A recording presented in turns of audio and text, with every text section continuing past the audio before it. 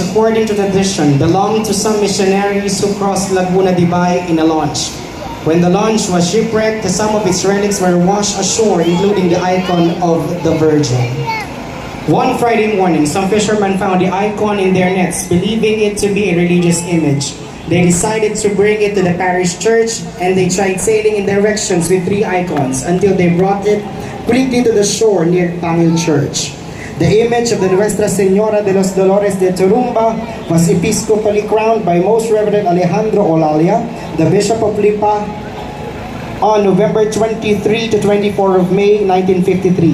And on May 24, 2021, Pope Francis granted a decree of the canonical coronation of the image, and the coronation rites took place on the solemnity of the Our Lady of Sorrows on September 15, 2023.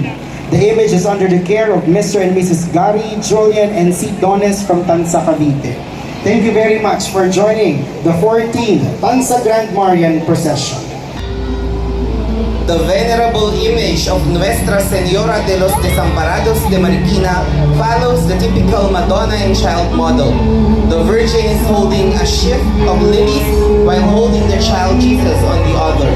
The child Jesus on the other hand is holding a small cross on his hand while holding a dove in the opposite, facing the Virgin. The Madonna and Child both wears a set of crowns. To those Estrella Aurelia that are given by devotees as ex-votos. The canonical coronation ceremony took place in October 23, 2005 with Archbishop of Manila, Gaudencio Cardinal Rosales. The image is under the care of Historia Mungkay and family from Tanza, Cavite.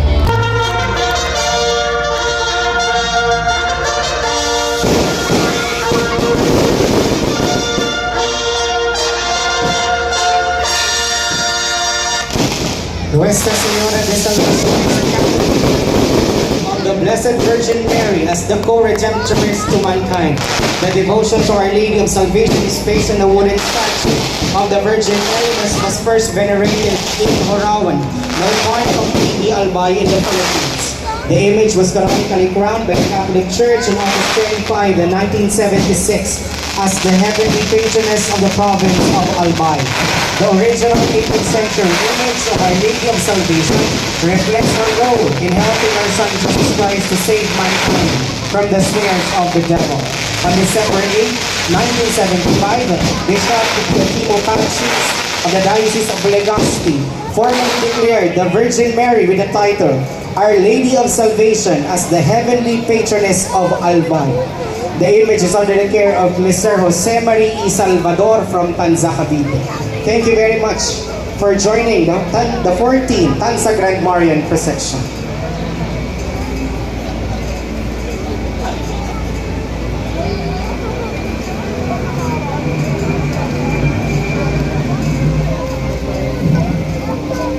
The next carroza, Nuestra Señora del Pronto Socorro de Biglang Awa.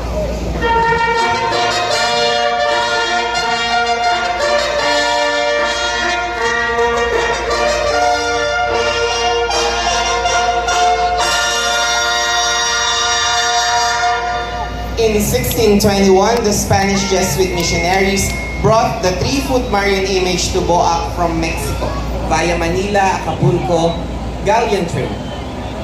So began the people's devotion to the image of the Blessed Virgin Mary, and from this point, she will begin to manifest her maternal protection to her chosen abode in the island province of Marinduque.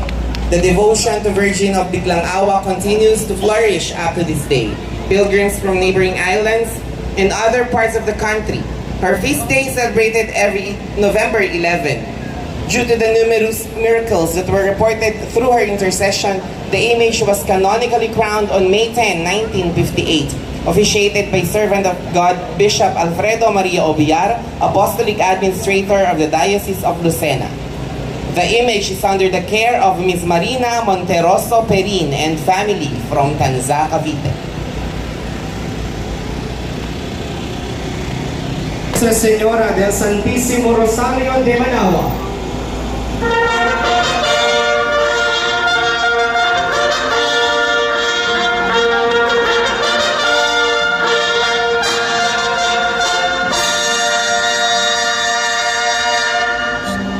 Our Lady of the Holy Rosary of Manaoag is a Roman Catholic title of the Blessed Virgin Mary, venerated in Manaoag, Pangasinan. The statue of Our Lady of Manaoag is a 17th century ivory image of the Virgin Mary with the child Jesus, enshrined at the high altar of the Basilica. It was brought to the Philippines from Spain via Manila galleon from Acapulco in the early 17th century by the priest Juan de San Jacinto. Our Lady of the Holy Rosary is depicted in other countries with similar attributes, with the concerments and style of the vestments varying across culture. The image is under the care of Miss Aurora Sosa of Tanza, Cavite. Thank you very much for joining the 14th Tanza Grand Marian Procession.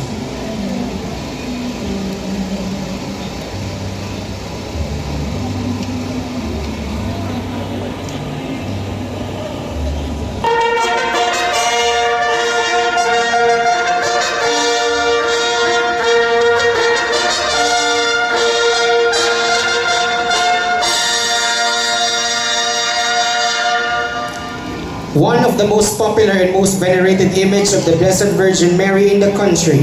The image is a wooden statue of the pattern after the image of Virgen del Santísimo Rosario de Peña Francia in Salamanca, Spain, and the Nuestra Señora de Peña Francia de Manila in Paco, with several miracles that would fill many volumes to its history, and the affection that Bicolanos showered to her earned the title as the principal patroness and queen of a Bicol region, or simply Ina to her devotees, Bicolanos and non-Bicolanos alike.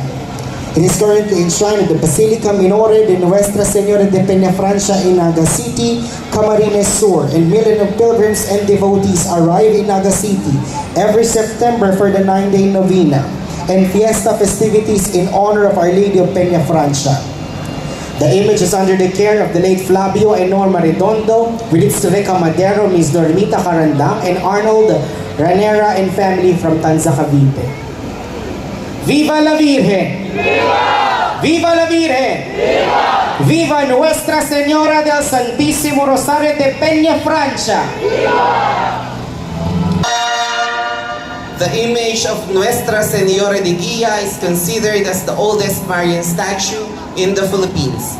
There were different historical theories regarding the origin of this image, either from the Ferdinand Magellan expedition or from Chinese traders. The wooden Black Madonna statue is locally venerated as patroness of navigators and travelers since the Spanish times. The image is enshrined at the Diocesan Shrine of Nuestra Señora de Guia, popularly known as the Ermita Church in Ermita, Manila. The image was given a canonical coronation on Rizal Day, December 30, 1955, by the Apostolic Nuncio to the Philippines, Archbishop Egidio Vagnosi. The image is under the care of the late Paul Andrew Ramos and family of Poblacion, Tanza, Cavite.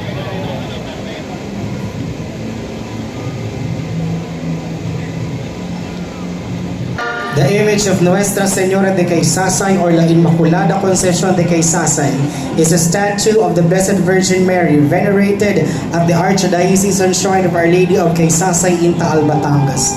The image which depicts the Immaculate Conception and is believed to be one of the oldest in the country, having been found in 1603 by a fisherman fishing in the Pacific River.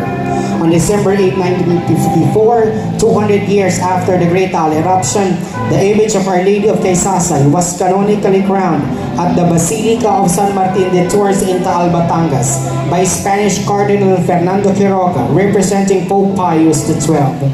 The image is under the care of Mr. Joey Estacion Alarca from Tanza, Cavite.